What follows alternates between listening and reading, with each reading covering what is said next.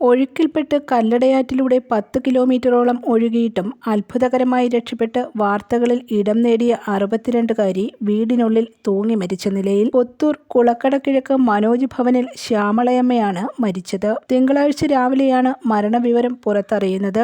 രാവിലെ 7:30 കടയിലേക്ക് പോയ മകൻ മനോജ് കുമാർ തിരികെ വന്നപ്പോഴാണ് വീട്ടിലെ അടുക്കളയോട് ചേർന്ന മുറിയിൽ ശ്യാമളയമ്മയെ തൂങ്ങി മരിച്ച നിലയിൽ കണ്ടത്. നാട്ടുകാർ ചേർന്ന് ഉടൻ തന്നെ കൊട്ടാരക്കര താലൂക്ക് ആശുപത്രിയിൽ പ്രവേശിപ്പിച്ചെങ്കിലും മരണം സംഭവിച്ചു കഴിഞ്ഞിരുന്നു.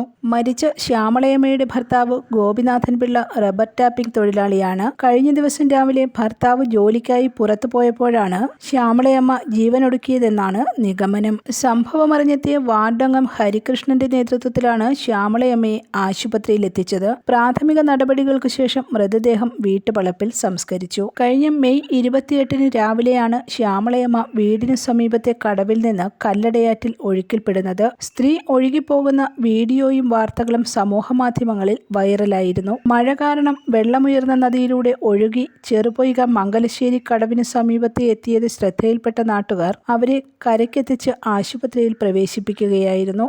ന്യൂസ് ബ്യൂറോ, കൊല്ലം.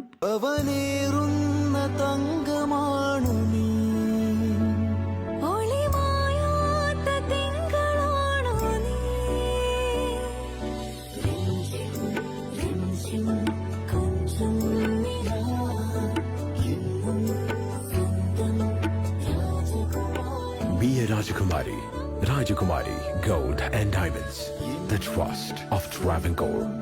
Rajakumari.